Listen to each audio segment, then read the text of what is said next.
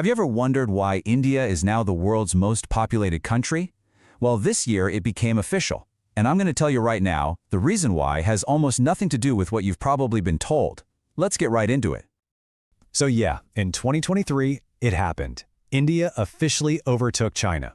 Now, this wasn't exactly a shock to demographers, but the real story, the how and the why behind this moment, well, that's way more fascinating than you might think. Because, all the usual explanations we hear, things like poverty, education, social norms, look, they're definitely part of the picture, but they are absolutely not the root cause. Not even close. The real answer is so much older and so much deeper.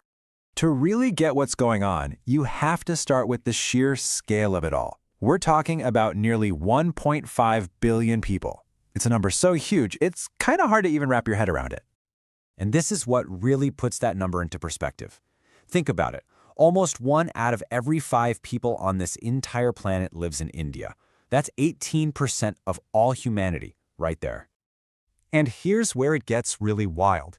That 18% of the world's population, they all live on just over 2% of the world's land. This incredible density, this is the central paradox we're going to unravel today. All right, so let's start by digging into that paradox. We'll look at all the reasons that people usually give, the ones that, just don't tell the whole story. You've heard these before, right? People will point to a lack of education or poverty. Sometimes you'll hear the old idea that more kids mean more hands to earn money.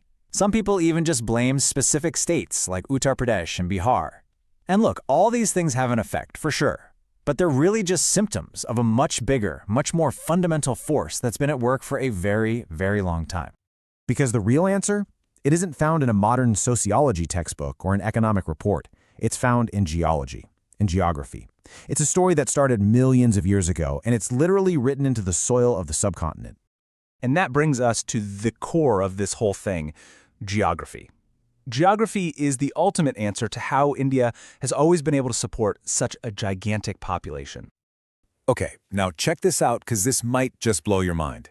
For a solid 1,000 years, from AD to 1000 AD, India's share of the global population was hovering around 30%. Let that sink in. For a millennium, nearly 1 in every 3 people on Earth was Indian. So the big takeaway here is that this is not a new thing. India has always been a population heavyweight. So what's the secret? What's the magic ingredient? It's this right here. The Indo-Gangetic Plain. This is the heart of the whole story. It's the planet's single biggest, most fertile, continuous patch of farmland. You could almost think of it as a civilization-building super engine. And the way it was made is just epic. Imagine, about 50 million years ago, the tectonic plate carrying India just slams into the giant Eurasian plate. This cosmic collision pushes up the Himalayas, the tallest mountains in the world, but it also created this huge trench or depression to the south. And for millions of years, rivers flowing down from those new mountains just kept dumping rich, fertile silt into that trench, creating this unbelievably deep, nutrient-packed soil. But that incredible soil is just part one of the story. You see, the Himalayas also created this unique triple advantage that basically supercharged the region's ability to feed people. Let's break down what that is. Okay, so first, you've got these amazing rivers that flow all year round because they're fed by the Himalayan glaciers, which are sometimes called the third pole. Second, those same mountains act like a giant wall that traps the wet monsoon winds, forcing them to dump all their rain right onto the plain. And third, that wall also blocks the freezing cold winds that blow down from Siberia, giving the plain a moderate climate that's perfect for farming all year long. This chart really puts it all into perspective. I mean, just look at the size, 700,000 square kilometers. That's almost double the size of the North China Plain. But pay attention to the other 2 rows. India has 2 major water sources, the rivers and the monsoons. The others really don't. And that allows for 2, sometimes even 3 harvests every single year. That is a total game changer. It means you can simply feed more people more reliably, period. And if that table didn't make it clear enough, this chart just drives the point home. The sheer scale of the Indo-Gangetic Plain just dwarfs the other great cradles of civilization. It's really in a league of its own. It's a simple formula. More fertile land equals more food, and more food has always meant a larger population. So right about now, you might be thinking, okay, that's cool, But what about China? For the last couple of centuries, they were more populous. What's up with that? And that is an excellent question. It brings us to a really crucial and tragic historical anomaly. When you look at this timeline, you see a really clear pattern, right? For most of recorded history, India's slice of the world population pie was bigger than China's. But then, you see that period highlighted as the anomaly. From the late 1700s all the way to 1947, something happened that slammed the brakes on India's natural population growth. Well, that something was a series of absolutely devastating famines that occurred under British colonial rule. The source material points to exploitative policies that led to about 25 major famines, causing the deaths of an estimated 35 million people. This period was a brutal exception to thousands of years of history, and it's the reason China's population temporarily pulled ahead. Now, after India gained independence in 1947, its population growth started to return to its historical path.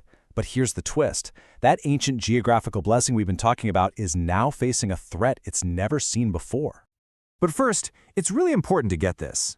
India's population is already stabilizing on its own. As education and healthcare have improved, the country's fertility rate has actually dropped to 1.9. That's below the replacement level of 2.1 that's needed to keep a population stable. So, the whole idea of a population bomb is basically being diffused by Indians themselves. But the real danger now? It's coming from climate change. Just listen to what the UN Secretary General says. Those glaciers, that third pole we talked about, are a lifeline. They feed the rivers that make everything possible. And when they disappear, the water disappears. It's that simple and that terrifying. And these are the hard facts. Those glaciers are melting 65% faster now than they were just a decade ago. The monsoons, which were once so reliable, are becoming dangerously unpredictable. And the groundwater, which is kind of the emergency backup, is being drained at an alarming rate. The very geographical foundation that built and sustained India's massive population is now at serious risk. So, what's the takeaway from all this? It's that the very same geography that blessed India with this incredible ability to support a massive civilization for thousands of years, well, it could become its curse if these climate trends continue. And it leaves us with a huge question. Can this amazing natural engine, which has sustained so many people for so long, be sustained itself? Thanks so much for joining me.